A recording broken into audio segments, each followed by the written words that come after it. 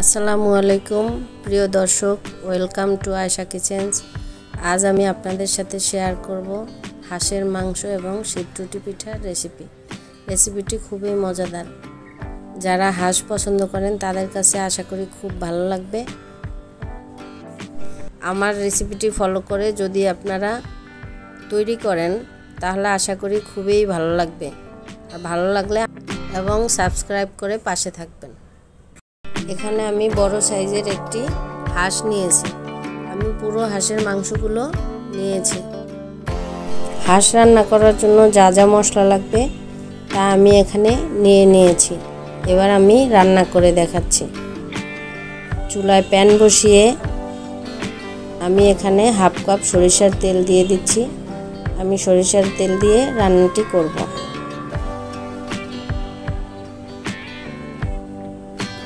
দিয়ে দিচ্ছি তেজপাতা। আমি দুটো তেজপাতা চিড়ে দিয়েছি।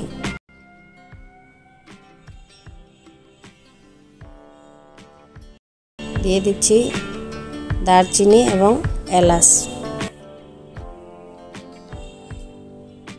আমি দু টুকরো দারচিনি এবং 4টা এলাচ দিয়েছি। দিয়ে দিচ্ছি হাফ কাপ পেঁয়াজ কুচো, 1 টেবিল চামচ রসুন বাটা এবং 1 টেবিল চামচ আদা বাটা।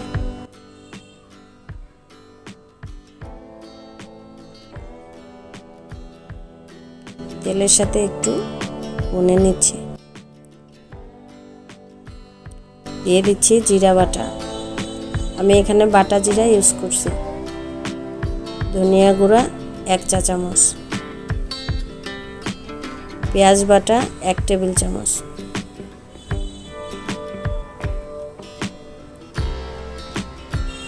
দেড় টেবিল চামচ নারিকেল বাটা। এখানে নারিকেলের দুধটা ইউজ করা যায়। আমি বাটা দিয়ে দিয়েছি।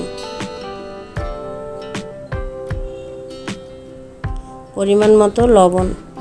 আমি 1 চামচ লবণ দিয়েছি। এরপর টেস্ট করে প্রয়োজন হলে আরও দিয়ে দেব।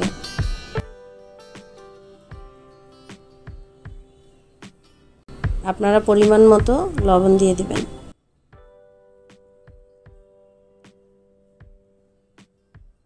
এখন তেলের সাথে একটু ভুনে নিচ্ছি মশলাগুলো।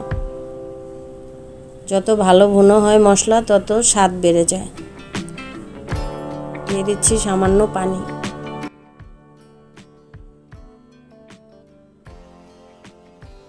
এবার দিয়ে দিচ্ছি 1 চা চামচ মরিচ গুঁড়ো এবং 1 চা চামচ হলুদ গুঁড়ো।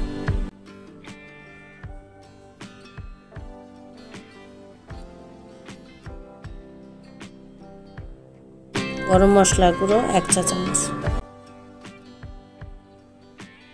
ভাজা জিরার গুঁড়ো হাফ চা চামচ। দিয়ে দিচ্ছি কিছু কাঁচামরিচ। আমি কাঁচামরিচগুলোকে কেটে নিয়েছি।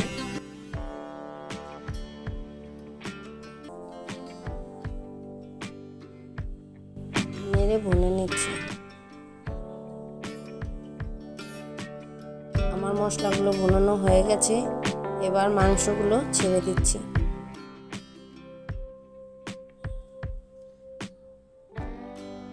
মশলার সাথে মাংসগুলোকে ভালোভাবে নেড়ে মিশিয়ে নিতে হবে।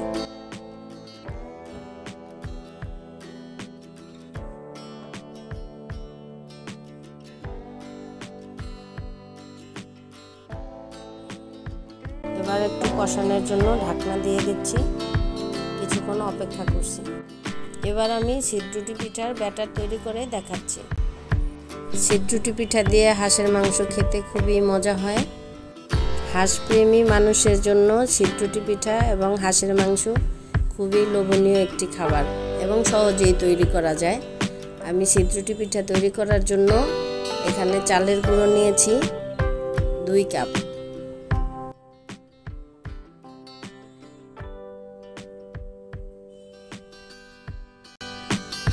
আমি পরিমাণ মতো লবণ দিচ্ছি এবং ব্যাটারটি আমি ঠান্ডা পানি দিয়েই তৈরি করব।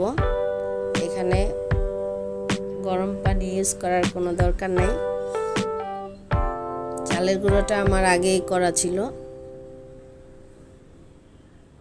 আমি যেই কাপ দিয়ে চালের গুঁড়ো নিয়েছি ওই কাপ দিয়ে 3 কাপ পানি দিয়েছি। এবার আমি ব্যাটারগুলোকে মিলিয়ে নিব, ভালোভাবে মেশাতে হবে। আমার কাছে মনে হয়েছে ব্যাটারটা একটু পাতলা হয়ে গেছে, তাই আমি আরও হাফ কাপ চালের গুঁড়ো দিয়ে দিলাম। চালের গুঁড়োটাকে ভালোভাবে মিশিয়ে নিচ্ছি। দেখুন এভাবে হবে। আপনারা যদি আমি যেভাবে তৈরি করেছি এভাবে A to Z ফলো করেন তাহলে আপনাদের পিঠা অনেক সুন্দর হবে। সিদ্ধুটি পিঠার ব্যাটার তৈরি হয়ে গেছে। আমি ব্যাটারটাকে ঢেকে দেখে নিচ্ছি আমার মাংস কষানো হয়েছে কিনা। আমার মাংসগুলো কষানো হয়ে গেছে।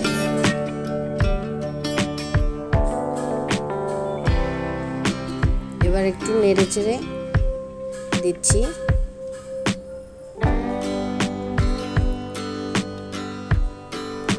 এখন দিয়ে দিচ্ছি সিদ্ধ করার জন্য পানি। আমি এখানে উষ্ণ গরম পানি ব্যবহার করেছি। আমি এখানে 1 কাপ পানি দিয়ে দিয়েছি।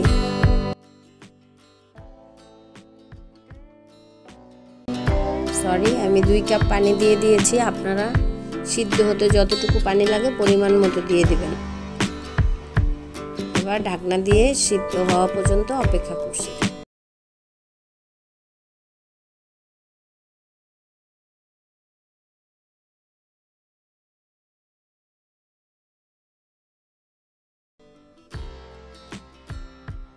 মাংসগুলো সিদ্ধ হয়ে গেছে, দেখুন অনেক সুন্দর হয়েছে।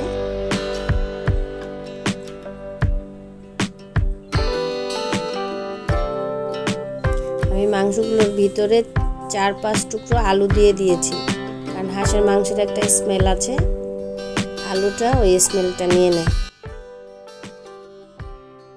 আমার মাংস তৈরি হয়ে গেছে। মাংসগুলো অনেক সুন্দর সিদ্ধ হয়েছে।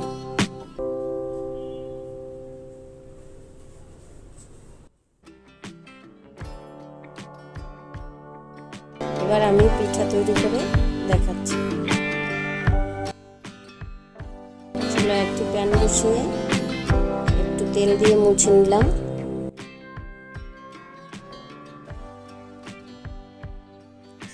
পিঠা বানানো অনেক সহজ। আমার মনে হয় এটা পিঠার মধ্যে সবচেয়ে সহজ একটি পিঠা।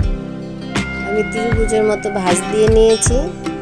যে যেভাবে ভাঁজ দিয়ে নেয় আপনাদের সুবিধার্থে আমি আরও একটা পিঠা তৈরি করে দেখাচ্ছি। পিঠাটা যখন হয়ে আসে তখন 4 পাশ থেকে উঠে যায়, তখন বুঝতে হবে পিঠাটা তৈরি হয়ে গেছে।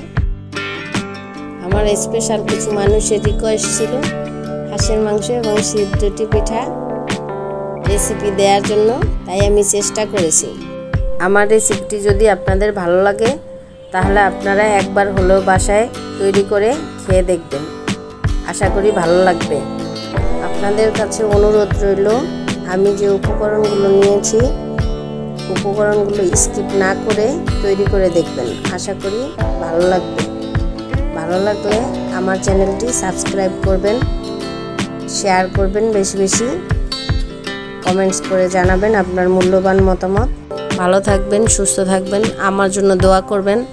পরবর্তীতে দেখা হচ্ছে নতুন একটি রেসিপি নিয়ে। আল্লাহ হাফেজ।